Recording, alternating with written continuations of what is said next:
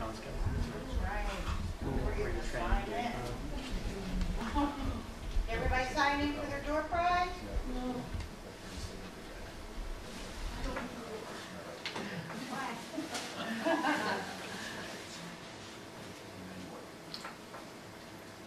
Jefferson.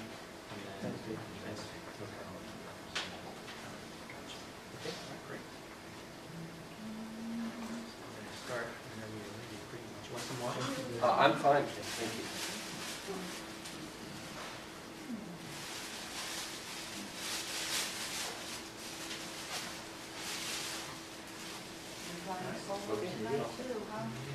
Well, we're going to get started. We may have more people trickling in, but we'll get started now. Just a couple of things before we do get started. Please turn your phone either off or to vibrate so that we don't get any interruptions. If you need to make a phone call or Play Angry Birds. play Angry Birds or something like that, please go out in the hallway so that everybody else can enjoy the talk. I don't have any other special announcements for you at this point. We do have our door prize to talk about, and since we have Dr. Goldstone here to talk to us about all things to do with the ear, including balance and hearing, and for everybody or anybody who's had conditions like vertigo or dizziness, we'll talk about that today. So I got, I think, a topic appropriate pair of items. One is a very nice music CD from the movie Jazz by Ken Burns by Dizzy Gillespie.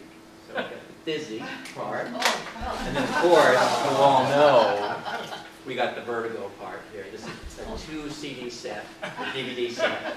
The original, it's got some great people in here. It's Alfred Hitchcock's story, Vertigo. It's got director's cuts, 2 photons of the tape. That's the guy climbing the tower or something? I think so, yeah. It has to do with people who are afraid to fall. So anyway, that's our door prize for today. We'll be dealing with that after the talk. So it's my pleasure to introduce Dr. Andrew Goldstone, who is a graduate of Penn State University, Jefferson Medical College, and Hopkins, where he did his training in nose and throat. He's been a member of the group ENT Associates since 1991. Okay, and one of our favorite consultants that we like to send a lot of our patients to. And he's going to talk to us today on his ear, nose, and throat topic. You've heard it all. All right. Yeah, thank you for coming. You know, when Dr. Green says he brought that Hitchcock movie, I misunderstood. I thought this was a psychiatric talk. I brought Psycho. I had a vignette, a video I wanted to play to all of you, which I thought was cute, but I think we'll just start here. This is, I didn't know what kind of an audience I had, where I was going to meet all of you, so I thought I'd start with something very simple. And I hope some of this, if you have any questions at any point or at the end of the question and answer session, when we look into an ear, the ear basically has 2 functions. One is obviously for hearing, and the other is a part of what the body uses to try to tell it what's up and what's down for balance. This is the part that everyone thinks of as the ear, but that's actually the simplest part. This is kind of like the cupping, just to catch the sound waves, and they work their way into the ear canal, and here's the eardrum. When we look into the ear with our otoscope, that's exactly what we see, the eardrum. It's not opaque like this. It's kind of, and we'll see later on with other slides, it kind of has a wax paper-like appearance. So we get an idea of what's going on the other side of the eardrum. But there's a lot more beyond what we see out here, is the take-home message. When we look at a coronal view, meaning a view of the ear just looking straight on the way the face is, sound waves, if you break the ear up into 3 parts, everyone always comes in and says, I'm having inner ear problems. Well, all of you are going to understand the 3 parts of the ear. The external ear is a man-made definition. It's everything from the eardrum out is the external ear. The middle ear is the space just on the other side of the eardrum. And the actual inner ear is what's embedded in bone, and is all of this. Okay, you may remember from grade school and high school, we talked about the cochlea, the semicircular canals. They're all embedded in bone. And interestingly, this is the thickest, most dense bone in the body that's around all of this. And it's interesting how that was all devised because it's a very important thing that we have this structure, the cochlea for hearing, and the semicircular canals for balance. It's almost like it was protected by the most dense bone. It's very difficult to break this bone, although at times it does. We do see patients who come in with a fracture of that bone, and they have hearing loss. When I'm going to try to make this so you really understand, this is the way I wish they would teach it in the schools, because it's not as difficult to understand. If you look at it and say, hearing, there's two languages of hearing. I'm speaking here, whenever we hear music, whenever we hear Alfred Hitchcock movies, that's all sound waves. And we all know about sound waves, and they draw these things. Well, that's great, but the brain doesn't understand sound waves. The brain needs nerve language. The job of the external ear, up to the eardrum, and the middle ear, that's all to conduct sound waves in. Which makes a lot of sense why we have this big cupped auricle or ear like this to catch the sound waves, transmit them, conduct them all the way in through the canal. They vibrate the eardrum, very much like when you hit a drum with a stick. It just amplifies the sound. Well, the sound wave is the stick. It works its way in, vibrates the eardrum, and then that sound transmits through these three bones. Remember the hammer, the anvil, the stirrup. You don't have to remember the names of them. Just know that sound wave is the language of the external ear and the middle ear. And by transmitting or conducting that sound wave all the way into here, the cochlea in the inner ear, its job is then to translate that sound wave into nerve language that the brain understands.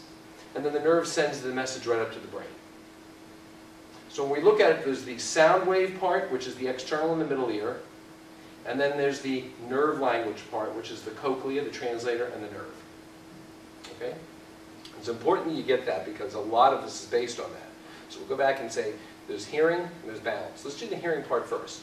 You know, when we were kids, we all took a magnifying glass, or at least I was a sadist, so I did. And we used to try to burn things like bugs and stuff by taking all the light energy, focusing, concentrating it down into a little dot. And by doing that, by concentrating all the sun energy with a magnifying glass to a little dot, you can actually burn things because you can concentrate or focus it right in.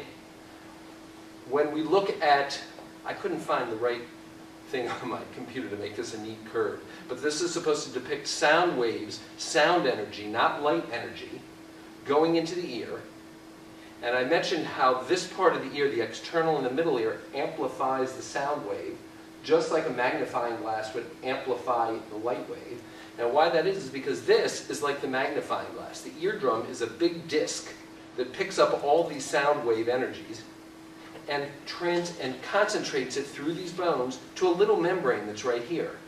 So it's a very similar thing. Instead of light energy, it's sound energy, and it's going from a big disc down to a little disc. So when the sound wave, still in that sound wave language, gets here, it's actually a lot louder than when it presented to the eardrum. So that's how the external and the middle ear not only conducts the sound, but amplifies it, pre-amplifies it before it gets fed into the inner ear to get translated into nerve language. Let's start with things that can create a conductive hearing loss, simple as earwax. If there's earwax here or an earplug or something jammed in the ear, the sound wave can't even get in which case not as much amplification goes on, and when the sound gets to the inner ear could work fine, but if there's something in the way here, patients will say, oh, I was in bed and all of a sudden I rolled over and my hearing dropped out, and they get very scared. It's nice when they come in and I find something like this because I can improve the hearing 1, 2, 3, and it's just as gratifying as when someone comes in and I have to do a major operation to improve their hearing. Don't use Q-tips. If there's any take-home message from all this, the Q-tips are okay if you want to clean around out here. But if you try going in physically to clean, look at the shape of an ear canal. Look at a Q-tip. It's kind of like the Revolutionary War cleaning out the guns when you do this. You're going to get the tip of the iceberg, but you're never going to get all the wax.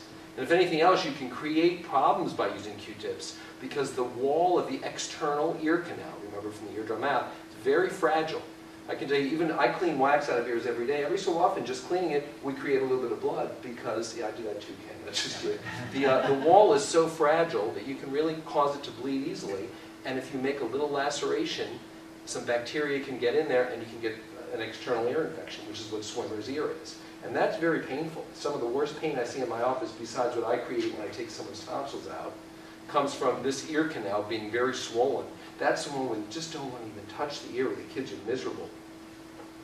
This is depicting what external ear infection is, or otitis externa. The whole skin of the ear canal all the way down gets very red and swollen. Of course, you can't hear because, again, you can't conduct the sound in. Sometimes it starts draining. And that's very painful. And the way you can usually tell when it's this type of an ear infection, when a mom calls me on the phone, I'll say, well, if you pull on the ear, is it sore? The kids won't even let you touch the ear because when you pull on it, you actually are dragging this whole ear canal, and it hurts like heck. Q-tip can go way down. You can end up pushing wax. Sometimes you can imagine it can even go and damage the eardrum. Actually, I had a guy 2 days ago, when we see